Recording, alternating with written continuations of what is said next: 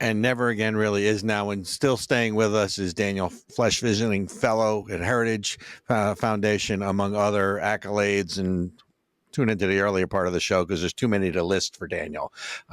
So Daniel, I want to come back to this perspective of Israel at war, because as I recall, the last Lebanon war, the United States and some allies actually got directly involved, or that might have been the first one, but I'm pretty sure it was the second one, where I think it was it the Fifth Fleet?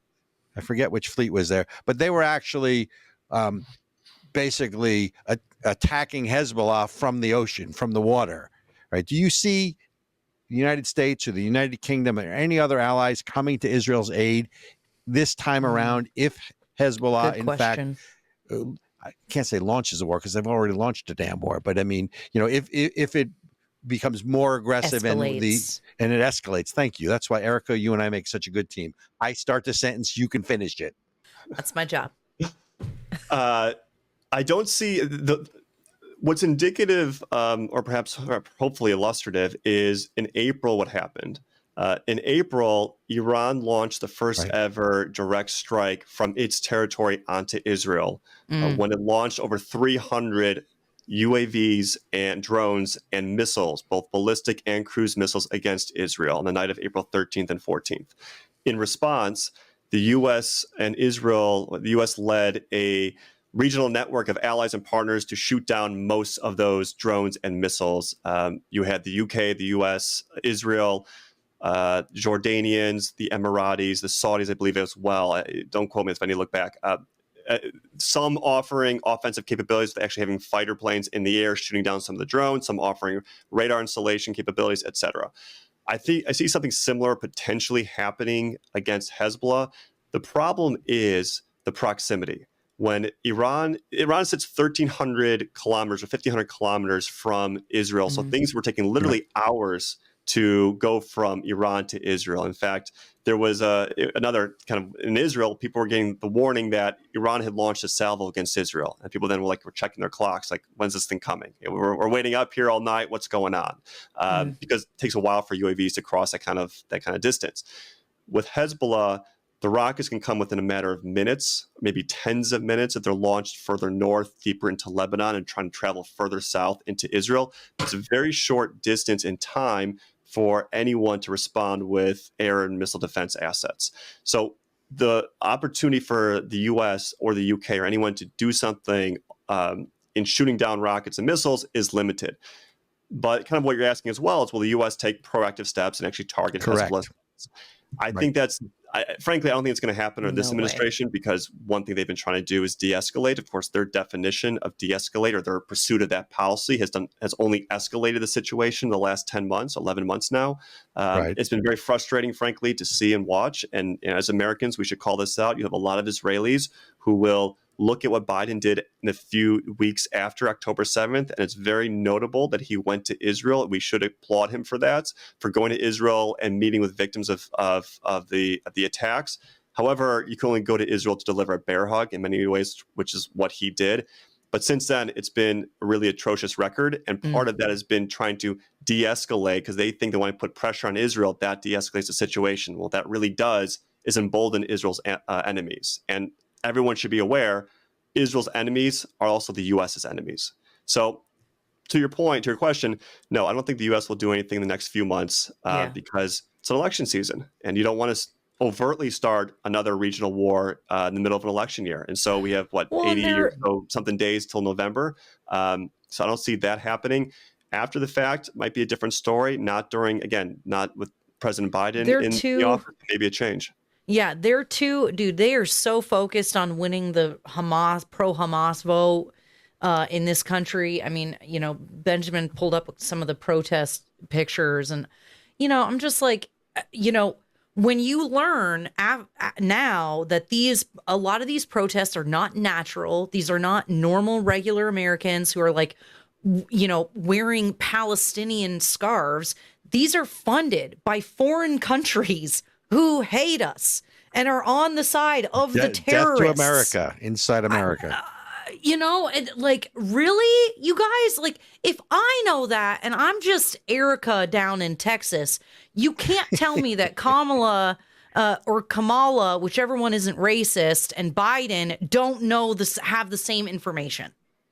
Yeah, but we also shouldn't underestimate, say, how many are just Americans going out there on their own volition.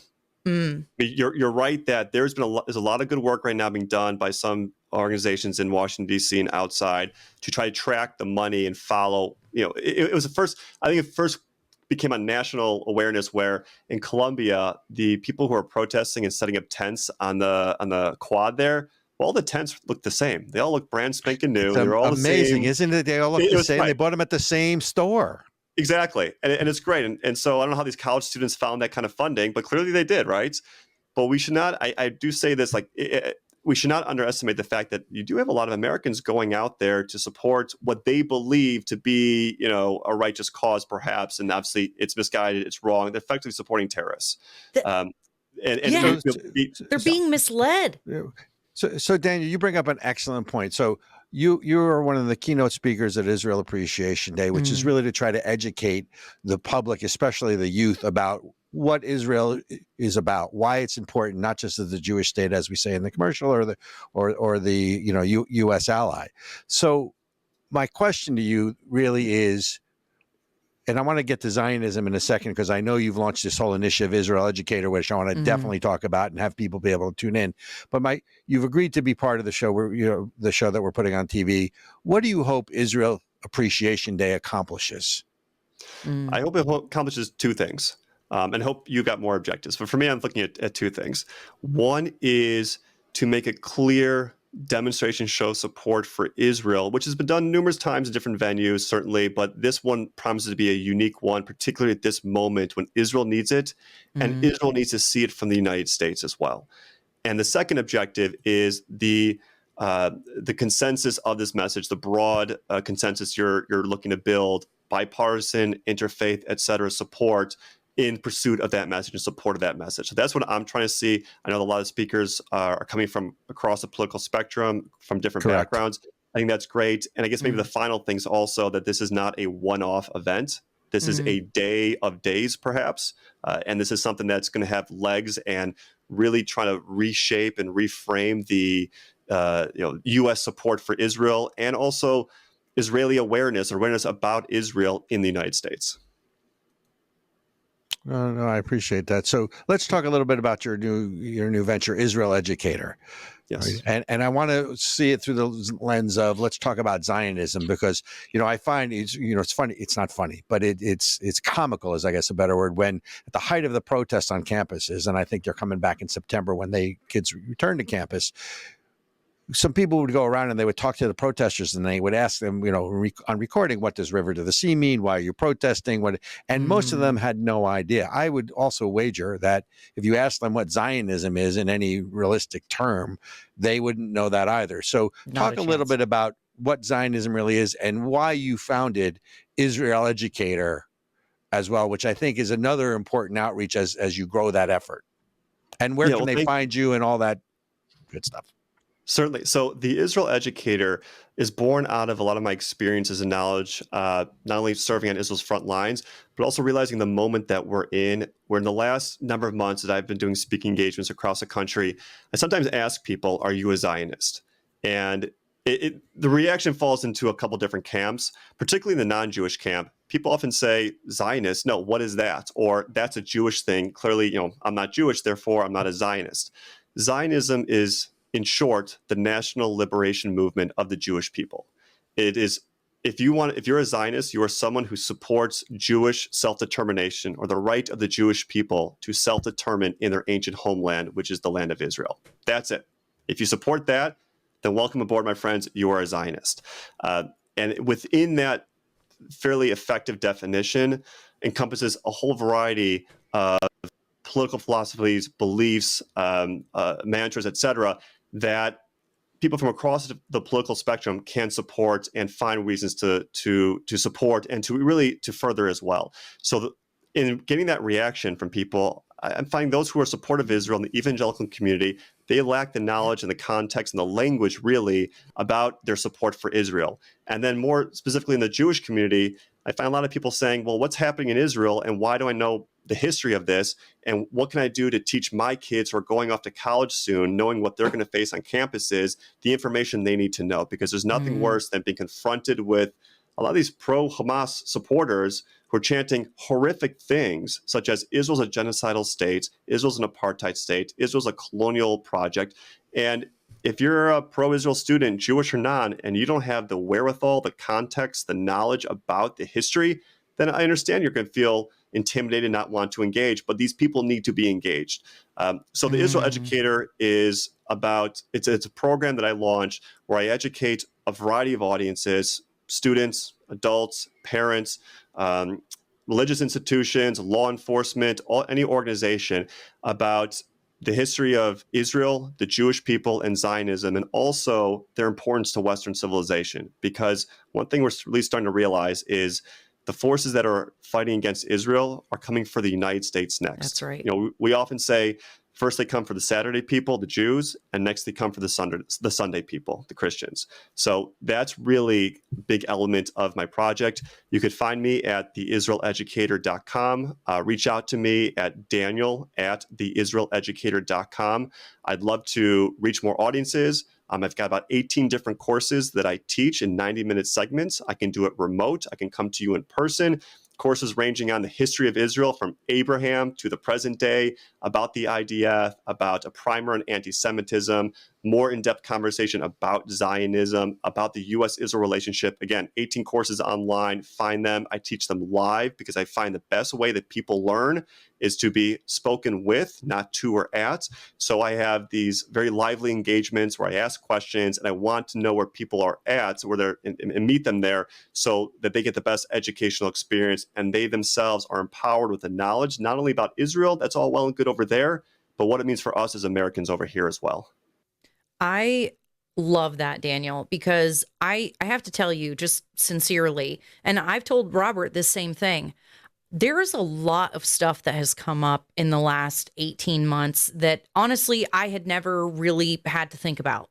And people are saying wild stuff online. And I have questions that I'm afraid to ask in public or to anyone other than Robert, who like loves me and knows my heart. You know what I mean? Like, because if you ask these things, you're immediately called a this, a that, a whatever. And it's like, no, I have questions and I want to ask and I want to know these things. And it doesn't mean I'm mad or angry, but it's like this topic is so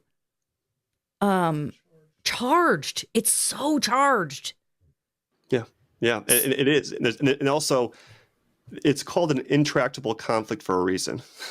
Although, frankly, I mean, you know, there's I'll bring some Judaism in here. There's an old adage where someone came across two rabbis and asked one, you know, how do I learn the Torah? You know, I'm standing on one leg, teach me the Torah. And one guy's like, you need years to learn the Torah. Another guy, Rabbi Hillel, said, don't do unto others what you don't have to do unto you. The rest is all gravy after that. And that's basically a pithy statement. So just to say it's the most intractable conflict, but it's also the one easiest to solve, which I'll give you the secret ingredients. It is becoming a Zionist. Because the Palestinians, there's no reason they can't become Zionists. Because if they become Zionists, that means they support Jewish right to self-determination in the land of Israel. And what does that then cause them to think and do differently? Will accept the right of the Jewish people to self-determine the land of Israel. And that's what this conflict is about. That's what Hamas demonstrated to Israelis, Jews, and the world, that they are anti-Zionists because they do not recognize the right of Jews to live on that land and self-determine on that land. So, yeah, so there's right. So to your point, there's a lot of information out there. I try to package it in these very simple ways of understanding, certainly tailored for the audience. I'm speaking to a Jewish audience, be a little different speaking non-Jewish audience, because make sure everyone understands the message I'm trying to get across. But there's a lot out there, and you need to know that you're getting, you know, good, verifiable information. Yep. Oh man, good verifiable information. That's a commodity these days. Well, truth is a commodity these days. I want to go back to a slightly different topic. You were the basically spokesperson at the United Nations for 2 Israeli ambassadors, correct? Yes, So, senior advisor. Yeah. okay. I want to get your perspective because we're not really big fans of the United Nations here. I'm sure that will not come as a surprise to you. And we're really not big fans of UNRWA amongst other UN agencies for all the reasons I think, you would agree with. But how anti-Semitic, without putting you on the spot, how anti-Semitic is the UN? And is the UN, in your mind, filling any international positive purpose as opposed to just being I've heard it referred to as sort of a den of, let's call them thieves for lack of a better term. And those are my words, ladies and gentlemen, not Daniel's, not putting those in his mouth. But talk to me about your time at the UN and how you see its usefulness. And assuming I know a little bit about what your answer is going to be, how do you improve it? How do you make it actually a body for good as opposed to a organization that, well, it's another organization, all they care about is driving the Jews into the sea one way or the other anyway? So how much time do you have? Okay. This is one of the classes. I have much time as you want. Yeah, right. This is one of the classes I teach as well about the United Nations. I mean, I guess I'll keep it. There's a lot to say, and I fall on the side of I'm not a fan of the United Nations, particularly today. And my time at the UN kind of taught me why, and even more so since October, laid bare for everyone to see. Just real one quick anecdote from that. In November, I think it was, Antonio Guterres, who's the Secretary General of the United Nations, he's the president of the UN effectively. He gave a speech and he said the October 7th attack did not happen in a vacuum.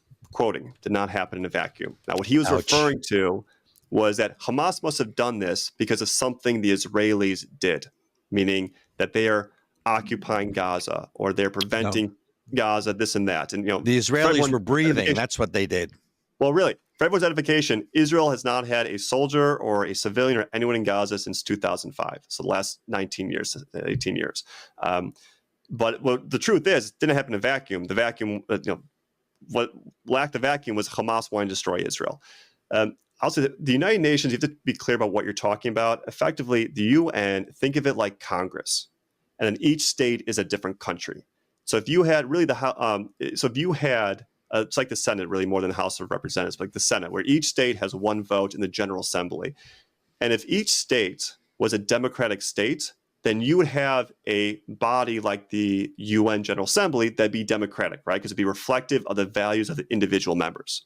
But you don't have that because democracy worldwide has been on the decline for the better part of a generation, about 20 or 25 years. You have fewer democracies today than you did, at the end of the Cold War since the turn of the century. So what does that mean for the General Assembly? You'll have countries that will not be favorable to liberal democratic values.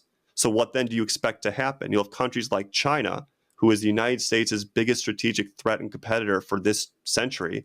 You'll have them manipulating the system, working within the rules of the system, but manipulating it to their benefit in ways that you don't see democracies doing. Why? Because we don't think these ways. So with that, you get co-option by these different authoritarian regimes and organizations, and then you get resolutions that consistently focus on one country, and that, lo and behold, is Israel. It's the one country of the Jewish people. Many ways for most people in many countries around the world, what Israel represents is a sin or a guilt trip from the end of of World War II. Excuse me. Either we were complicit in the largest perpetration of a genocide against any people in the history, and now this is Israel. We have to make up for it, but they're doing it too against the Palestinians. It gets very convoluted. I don't want to get into it, but essentially, you have a UN that's comprised of authoritarian states. And so, what do you expect it to do then? So, what to do about it is. One thing that when Nikki Haley, so I served from 2018 to 2021 under Danny Danone, who's actually returning tomorrow, or I guess it'll be today, August 20th, when it goes live, and Gilad Erdan, who just finished his term the last few years the other day. And Nikki Haley became the U.S. ambassador under the Trump administration, and she said to the Human Rights Council, which is one of the most egregious bodies in this anti-Israel sentiment, saying, listen, you need to either shape up, fix yourself the next year, which they work towards, or we're leaving it. And ultimately, I think the United States needs to think about the UN for the 21st century. The UN was effective, I think, in many ways. First off, the UN voted in favor of the creation of the state of Israel, creation of a Jewish state, actually. They wouldn't do it again if they had to vote. They wouldn't do it again the week after that happened at all. Right.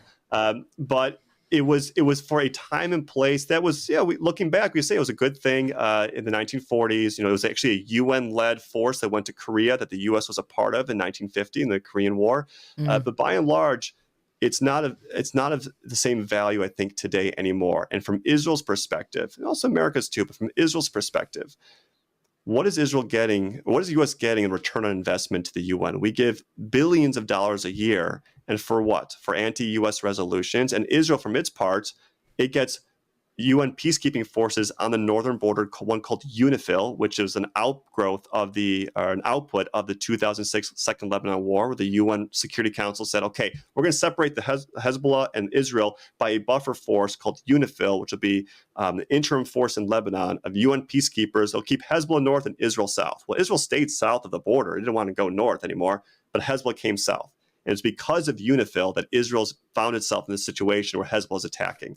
And in 1967, Nasser expelled UN peacekeepers from the Sinai Peninsula that were there from the previous 9 years since 1956 during that war, and that led to the Six-Day War. So there are instances where the UN has been failing its own mandate. Hillel Neuer of UN Watch, an organization that watches the UN, says, let's measure the UN by the length of its own yardstick. And it fails against that time and again. So the U.S. government, I think, should look very seriously, and particularly you bring up UNRWA, of stopping funding for these organizations that not only promote, at the very least, promote anti-U.S. policies, but the very worst are you're being nice about it. They're complicit. Come on.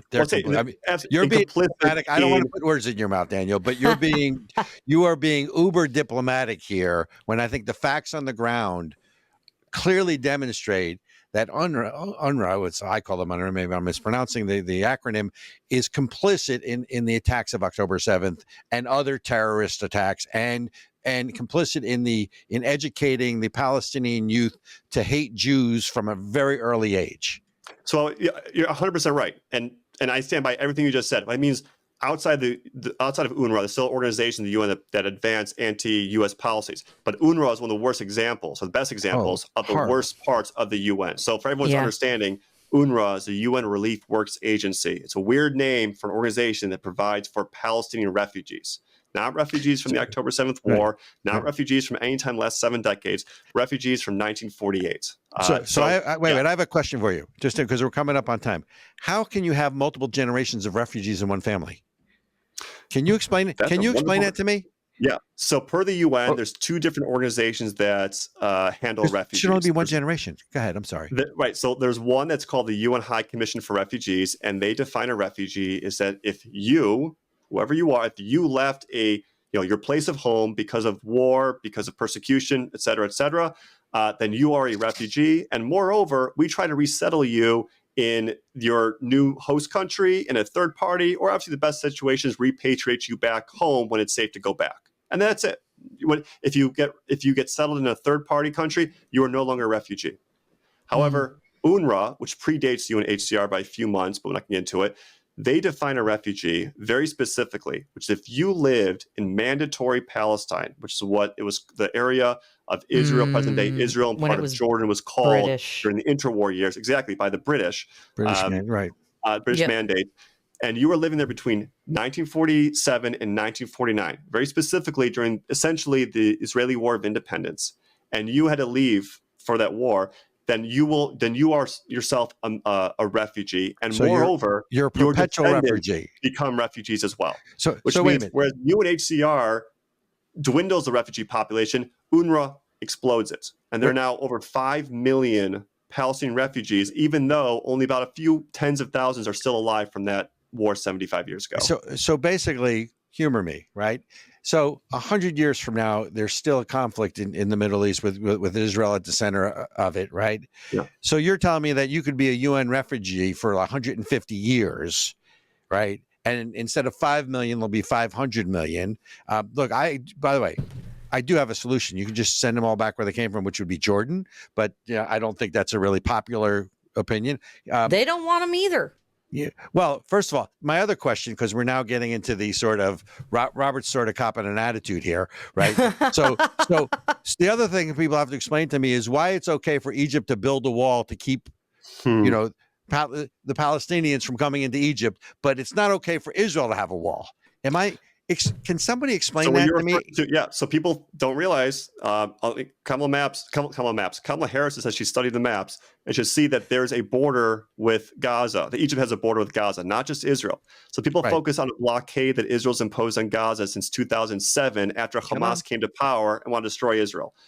Well, Egypt also shares a border. Gaza also shares a border with Egypt, and it's through that border that Hamas has been able to build up its arsenal and its weapons and its capabilities, which then perpetrated October 7th. So that's something that, yeah. And also when Sisi came to power in 2012, I think it was 2013, one thing he did, because of, Mubarak was a president of Egypt for the last 30 years. And then there's a coup, and then Mohammed Morsi, who was a Muslim Brotherhood member, came to power in 2011.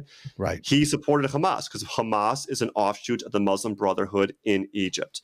And Sisi came to power. He realized the threat that the Muslim Brotherhood poses to the stability of the Egyptian state and their support to Hamas in Gaza. And he actually flooded tunnels, killed people, destroyed homes, flooded tunnels that Hamas had built into Egypt in the Sinai Peninsula. No one talked about that, obviously, because frankly, if it's not Jews, it ain't news. Wow. Yep. Well, and that, just to segue this, and Ericka, you'll excuse me jumping in. We do need a time check, but our last show we were talking about, there's a genocide in Africa. There's a genocide going on with Hindus, and nobody talks about it because no Jews, no news, right? It's amazing to tragic. me. It's really right. But Ericka, you were going to jump in. I apologize. Yeah, we got about 7 minutes left. There you go. Well, no, I wasn't going to jump in, but you said a time check. So we got about 7 minutes before we got to cut it for the radio. Okay. So, but we don't. Go ahead. I was going to ask, can we talk about domestic politics for a little bit? Right. How do you see this election? I mean, you have your ear to the ground. You are clearly one of the most well-informed people we've ever had on the show. The politics of this, the Biden-Harris, now the Harris-Walz campaign, or Harris passes over Josh Shapiro, the moderate Democratic Jewish governor of Pennsylvania, clearly to pander to what I would call the pro-Hamas vote or lobby in this country. And clearly, when you look at Governor Walz's record, he probably makes Kamala Harris look conservative if you look at his records by comparison. Not that anybody really knows about Kamala Harris, because to me, she's sort of an Obama acolyte, right? I mean, that's sort of the way I would describe her. See, I can say these things on my show. You can't. I was going to say something really rude right there, but I'm trying to be respectful of Daniel. No, I don't want Daniel to be like, Daniel, hold your these guys over here, they're nice and all, but they say wild crap. Yeah. So how do you see this election playing itself out? I'm not asking you to predict who wins. I'm just asking, how do you see this plays itself out? The choice of Walz, the Rust Belt strategy, the what I call pro-Hamas vote versus what I would call a more moderate wing. I mean, just let's talk a little bit about that before your time is up with us. Yeah. So I kind of view, sadly, American politics these days, particularly when it comes to elections, you're going after an even smaller slice of the pie, because you have 40% of the electorate is liberal and they're going to vote Democrat. 40% is conservative and they're going to vote Republican. It's the other 15-20% that you really want to obviously win over the independents.